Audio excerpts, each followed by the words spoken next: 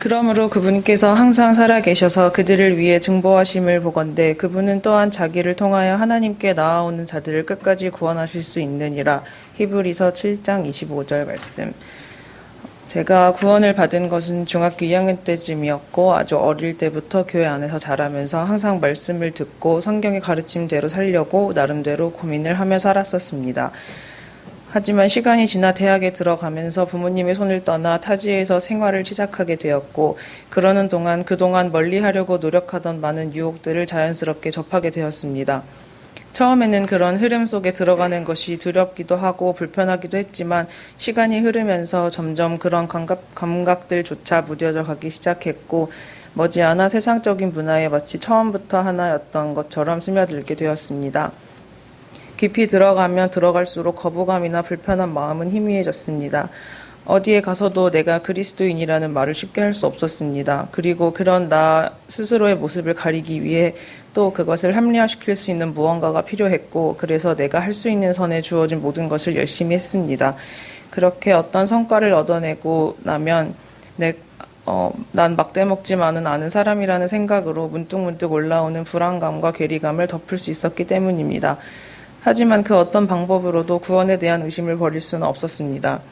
그렇게 불안정한 시간을 보내는 동안 부모님께서는 항상 문자로 이런저런 성경 구절들이나 말씀들을 요약해서 보내주시기도 했지만 이미 너무 많이 지나쳐 버렸다는 생각, 돌이키기에 너무 늦었다는 생각 때문에 그런 것들이 잘 들어오지 않았습니다. 그러다가 정말 내가 중학교 2학년 때 구원을 받은 것이라면 내 육신이 원하는 대로 살면서 거부감은커녕 더 내어주면서 살 수는 없지 않은가라는 생각을 문득 하게 되었고 그 오랜 시간을 하나님과 전혀 상관없이 내 뜻만을 찾아 망나니처럼 살아왔는데 이대로라면 조금만 더 지나면 이런 감각조차 하지 못할 수도 있겠다라는 생각까지 닿게 되었습니다. 더 늦으면 정말 기회조차 갖지 못할 수도 있겠다는 생각이 들었고 그렇게 4년 만에 부모님을 따라 교회에 오게 되었고 목사님과 상담을 하게 되었습니다. 상담을 하면서 참 많은 이야기들을 하게 되었습니다. 부끄러웠지만 더 이상 텅 빈 채로 허우적거리면서 살고 싶지 않았고 끝없이 생기는 구원에 대한 의심을 놓고 싶었습니다. 그리고 그날 상담을 통해 많은 것들을 얻었습니다.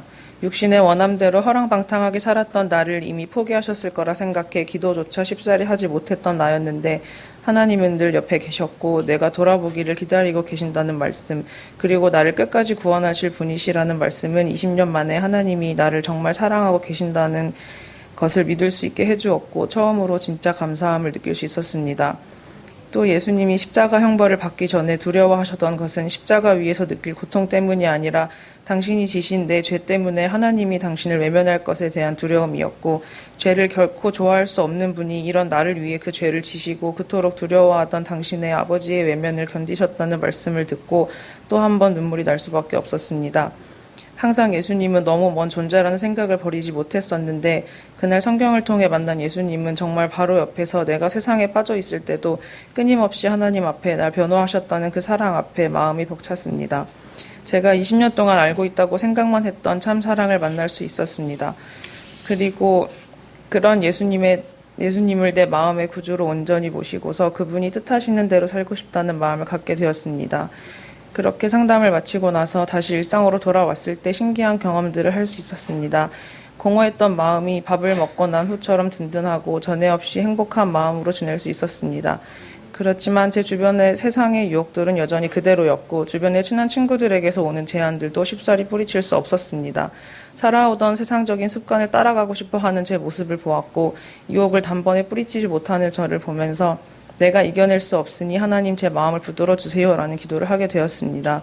그리고 그런 기도를 들으시고 생각지 못한 방법으로 유혹에 끌려가지 않게 되는 모습들을 보면서 참 많이 신기했습니다.